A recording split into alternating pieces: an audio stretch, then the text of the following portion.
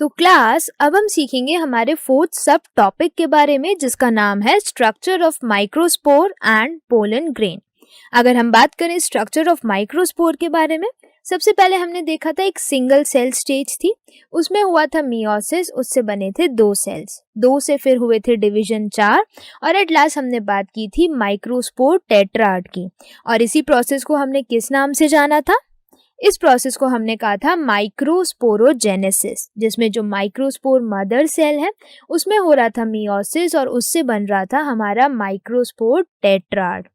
फिर इसके बाद अगर हम बात करें इस माइक्रोस्पोर टेट्राड के बारे में, तो यहाँ पर हम देख रहे हैं एक स्ट्रक्चर पोलन ग्रेन का। अगर हम डिटेल में पोलन ग्रेन के स्ट्रक्चर को स्टडी करें तो सबसे पहले हमने इसे डिनोट किया है एज अ माइक्रोस्पोर, या हम इसे यंग पोलन ग्रेन भी बोल सकते हैं। इसके स्ट्रक्चर की अगर हम बात करें तो जो ब्लू वाला पार्ट है वो होता है न्यूक्लियस।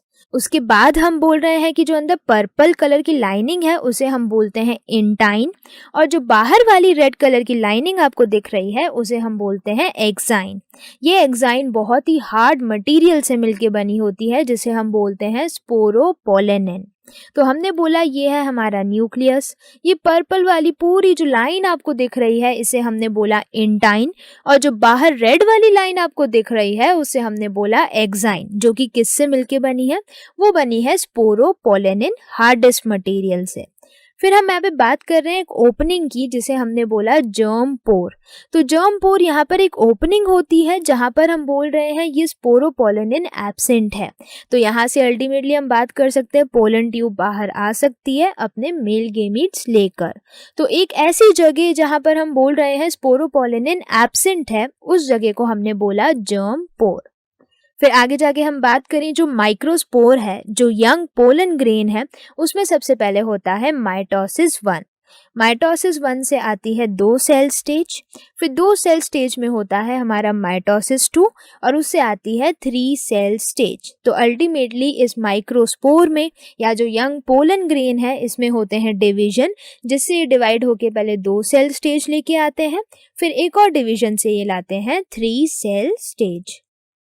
तो बच्चों चलते हैं और इस 2 सेल और 3 सेल स्टेज के बारे में सीखते हैं। सबसे पहले यहाँ पर हमने अभी सीखा था इस माइक्रोस्पोर या यंग पोलन ग्रेन के बारे में। इसके बाद अगर हम बात करें, अभी हमने देखा एक होती है 2 सेल स्टेज और एक होती है 3 सेल स्टेज। तो अधिकतर हम बात करें जो एंजियोस्पर्म्स हैं उसमें से ज़्यादातर एंजियोस्पर्म अपने पोलन ग्रेन को 2 सेल स्टेज में निकाल देते हैं या शेड कर देते हैं। अगर हम इसे इमेज के थ्रू समझें तो यहाँ पर हमें दिखाया गया है एक पोलन ग्रेन। इस पोलन ग्रेन में आपको दिख रही होंगी 2 सेल्स। तो यहाँ पर एक ऊपर वाली सेल है जनरेटिव सेल और जो नीचे वाली सेल है वो है वेजिटेटिव सेल। तो हम इसे 2 सेल स्टेज बोल सकते हैं। तो ये ऊपर वाली सेल और नीचे वाली सेल होती है 2 सेल स्टेज, और ज़्यादातर एंजियोस्पर्म अपने पोलन ग्रेन को इसी सेल स्टेज में शेड करते हैं। फिर इसके बाद हम बोल रहे हैं कि generative cell further divides to form 2 male gametes. तो जो ये पोलन ग्रेन है जो 2 सेल स्टेज में अभी हम सभी को दिख रहा है, इसमें हम बोल रहे हैं स्पेसिफिकली जो हमारी जनरेटिव सेल है, ये जनरेटिव सेल फिर डिवाइड करती है और ये आगे जाके बनाती है 2 मेल गेमीट्स। अगर हम बात करें आगे एक और चीज़ की, तो हम यहाँ बोल रहे हैं 3 सेल स्टेज के बारे में, जो कि ज़्यादातर हम बात करें कॉमन नहीं है एंजियोस्पर्म में।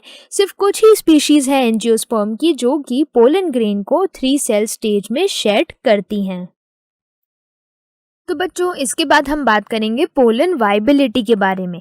पोलन वाइबिलिटी का मतलब है द एबिलिटी टू जर्मिनेट और सर्वाइव टिल फर्टिलाइजेशन अकर्स। तो हम बात करें कि एक ऐसी एबिलिटी पोलन ग्रेन की कि वो जर्मिनेट और सर्वाइव कर पाए तब तक जब तक फर्टिलाइजेशन होता है।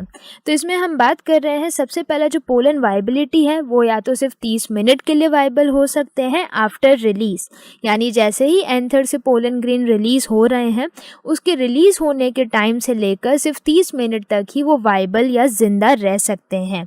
Example rice and wheat plant.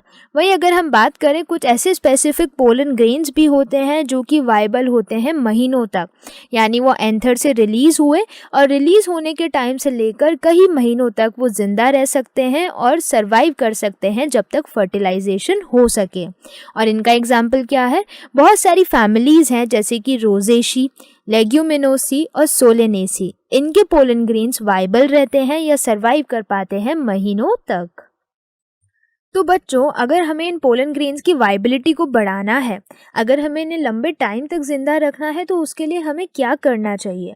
इसके लिए हम एक एग्जाम्पल के थ्रू समझेंगे। सबसे पहले यहाँ पर हम एक एग्जाम्पल देख रहे हैं जिसमें हम बोल रहे हैं कि हम सब्जी मंडी गए और वहाँ से हम ताज़े ताज़े लाल टमाटर खरीद के लाए, पर हम इन्हें बाहर ही छोड़ दिए, यानी हमने टमाटर को बाहर ही ऐसे रख दिया। तो कुछ टाइम बाद आप देखेंगे कि इन पर फंगस आ जाती है, ये सड़ना चालू हो जाते हैं। तो अगर ये ऐसा ही चलता रहा तो हमारे जो टमाटर हैं वो बहुत जल्दी ख़राब हो जाएंगे और हमें बहुत ज़्यादा लॉस होगा। तो इससे बचने के लिए, इनका लाइफ स्पैन बढ़ाने के लिए हमें क्या करना चाहिए? कभी आपने सोचा है? तो आपने अपने घरों में देखा होगा कि जो मम्मी होती है वो इन टमाटर को फ्रिज में रख देती है। ऐसा इसलिए ताकि जो फ्रिज के अंदर कोल्ड टेम्परेचर है वो इन्हें सड़ने से बचा सके या बाकी फंगस और बैक्टीरिया के अटैक से बचा सके। तो ओवरऑल यहाँ पे ध्यान देने वाली बात क्या है? Cold temperature. उसी तरीके से हम यहाँ पर बात करते हैं कि जो पोलन वाइबिलिटी है उसे हम मेंटेन कर सकते हैं bye storing it at low temperatures. जो कोल्ड टेम्परेचर्स हैं, जो कम टेम्परेचर है, वहाँ पर भी हम पोलन ग्रेन्स को स्टोर कर सकते हैं। और ये हम कैसे रखते हैं? हम पोलन ग्रेन्स को स्टोर करते हैं लिक्विड नाइट्रोजन में। तो बहुत सारे ऐसे क्रॉप ब्रीडिंग प्रोग्राम्स होते हैं जिसमें हम पोलन ग्रेन्स को स्टोर करते हैं पोलन बैंक्स में। तो जो यहाँ पर पोलन बैंक्स होते हैं उसमें हम बात करते हैं पोलन ग्रेन को स्टोर किया जाता है लिक्विड नाइट्रोजन में। तो साइंटिस्ट क्या करते हैं कि जो लिक्विड नाइट्रोजन है इसका टेम्परेचर होता है -70 डिग्री सेल्सियस, यानी इतने लो टेम्परेचर में पोलन ग्रेन्स को प्रिजर्व कर देते हैं, उसी सेम कंडीशन में जिस कंडीशन में उसे हार्वेस्ट किया गया था या प्लांट से निकाला गया था।